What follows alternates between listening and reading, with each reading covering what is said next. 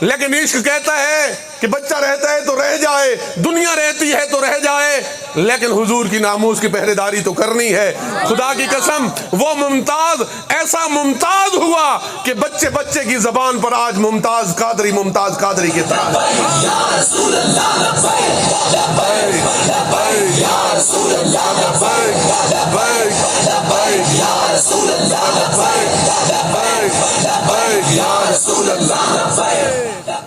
ہاں جی، یہ عشق ہے۔ درخانہ دا ان پڑھ پتر، ہاں جی، عقل کہتی ہے بڑے بڑے مولوی بھی ہیں، ہاں جی، اور بھی پڑھے لکھے لوگ ہیں، اور کرے سمجھا تیرا کیے، لیکن عشق کہتا ہے کہ نہیں، علم و دین نہیں، تو حضور کا غلام ہے اور تو نہیں حضور کی ناموس پر پہرا دینا ہے۔ ٹھیک ہے نا، یہ قسمت کی باتیں ہوتی ہیں اور یہ سمجھ کی باتیں ہوتی ہیں۔ بابا جی صاحب رحمت اللہ علیہ فرمایا کرتے تھے کہ یہ ایسی سمجھ ہے نا کہ نہ آئے تو بڑے بڑے جبے اور کبے والوں کو بھی سمجھ نہیں آتی۔ ایسا ہی ہے نا جی قاری شریف صاحب، سمجھ نہ آئے تو بڑے بڑے جبے اور کبے والوں کو بھی سمجھ نہیں آتی، اور سمجھ آ جائے تو ایک کبوتری کو بھی آ جاتی ہے۔ سمجھ نہ آئے تو بڑے بڑے شیوخ الاحادیث کو بھی سمجھ نہیں آتی، سمجھ آ جائے تو ایک مکڑی کو بھی سمجھ آ جاتی ہے۔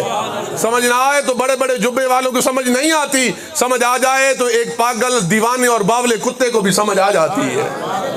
سمجھ نہ آئے تو نہیں آتی، آ جائے تو ایک جو ہے کبوتری وہ انڈے دے کر حضور کی ناموس کی پہرے دار بن جاتی ہے۔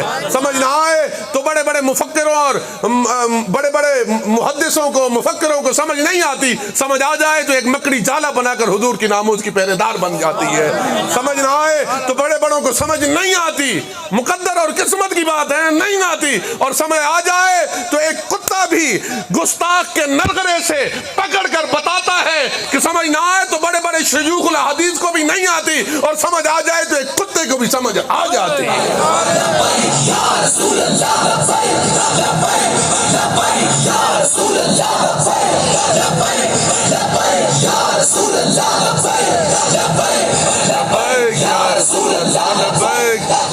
یہ قسمت کی باتیں ہیں، یہ مقدر کی باتیں ہیں، اور یہ سمجھ کی باتیں ہیں۔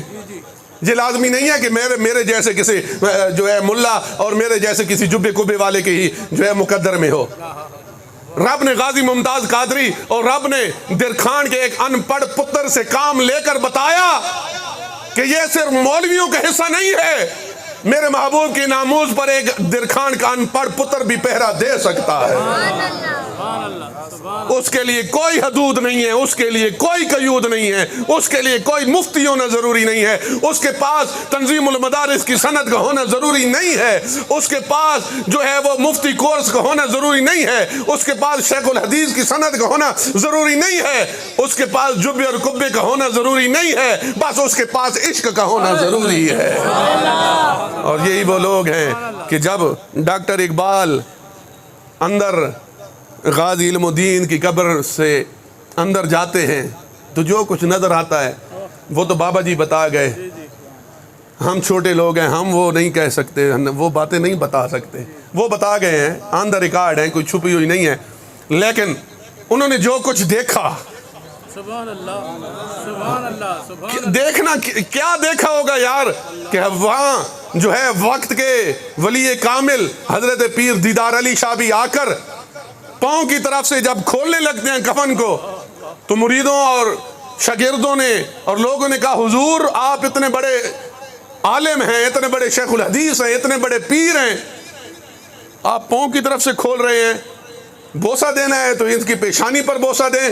آپ نے فرمایا میری اتنی جرأت، میری اتنی طاقت کہ میں علم و دین کی پیشانی، فرمایا میں نے اس کے پاؤں پر بوسہ دینا ہے، پیشانی پر تو کملی والے یار آپ آ کر خود بوسہ دے گئے ہیں۔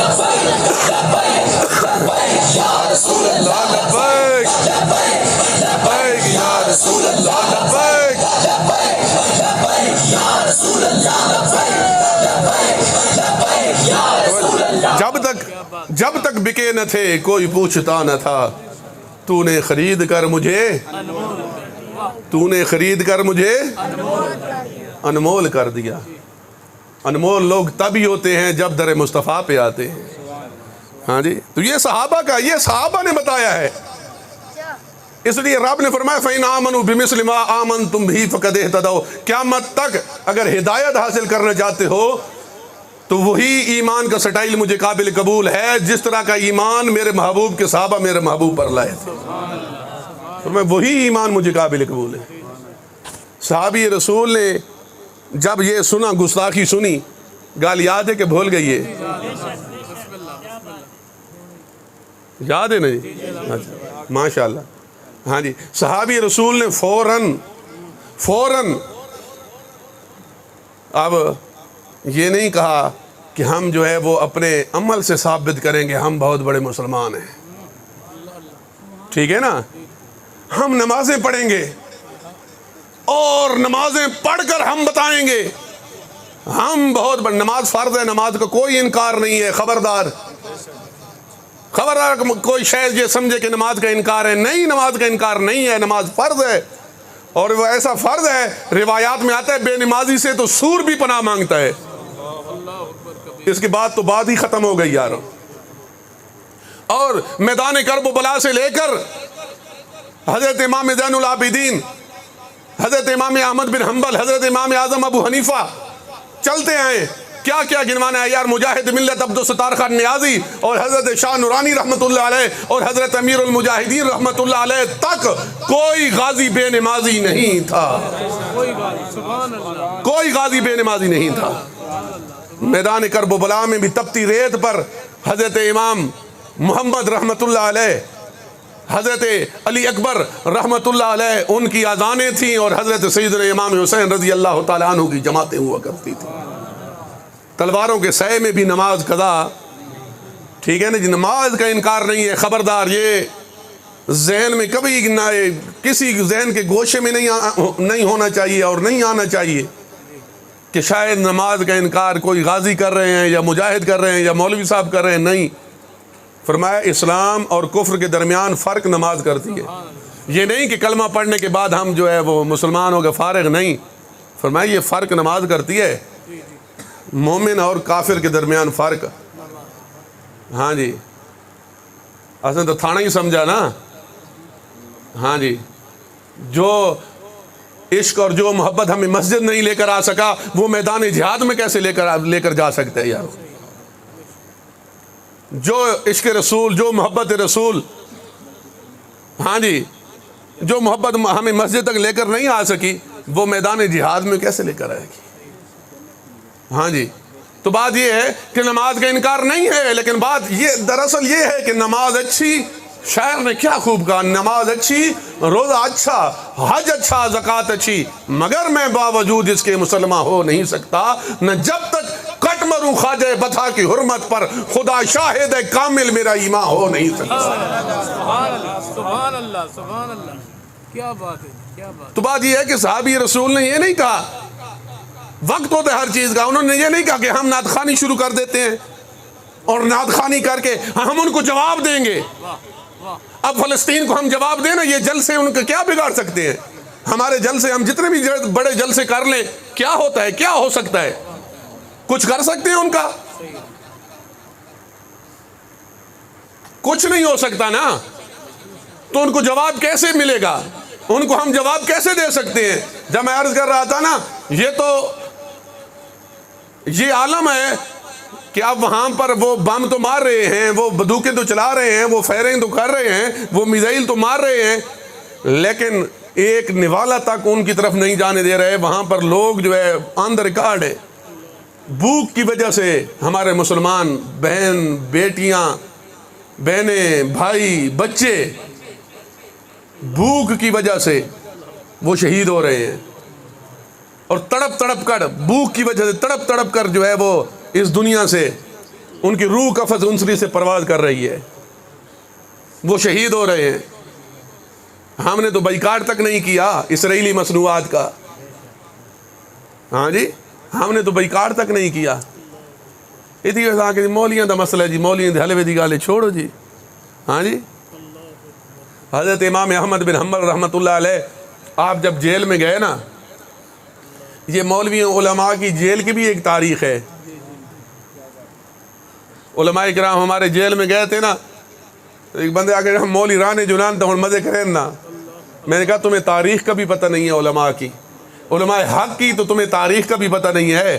ہمارے تو جنازے بھی جیلوں سے اٹھے ہیں. حضرت امام اعظم ابو حنیفہ کا جنازہ کہاں سے اٹھا تھا؟ ہاں جی. تو یہ چیز ہے، یہ ہماری تاریخیں ہیں. ہمارے حضرت علامہ کفیت علی کافی رحمۃ اللہ علیہ، حضرت حسرت موہانی رحمۃ اللہ علیہ، حضرت علامہ فضل حق خیر آبادی رحمۃ اللہ علیہ، ہاں جی، وہ کالے پانی کی جیلیں کھائیں، وہاں پر مشقتیں کی، چکیاں چلائیں، سر پر ٹوکرے اٹھائے، منج کا لباس پہنا، لیکن انہوں نے کہا بات وہی ہوگی. فرمایا انگریزوں والا انگریزوں، تمہارے والا دین بیان نہیں ہوگا، دین وہی بیان ہوگا جو رسول اللہ دین بیان کر گئے.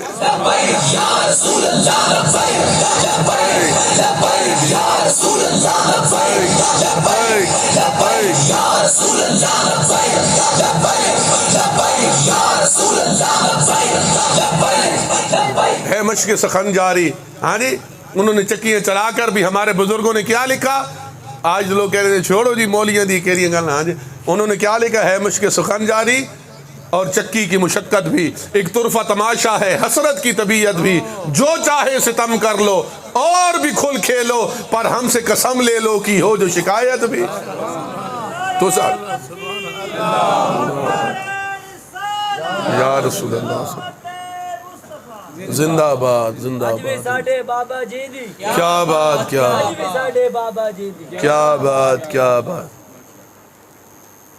تو انہوں نے وہ کہتے کہ ہم تقریریں کریں گے، ہم یا پھر میٹنگ کر کے ہم بتائیں گے کہ اس گستاخ کو کیسے جواب دینا ہے. لیکن نہیں، وہ عاشق تھے. ہاں جی، ہر چیز کا اپنا، نعت پڑھنے کا بھی اپنا وقت ہوتا ہے، جلسے کا بھی اپنا وقت ہوتا ہے، ضروری ہوتے ہیں. حضرت امام احمد بن حنبل کی میں بات کر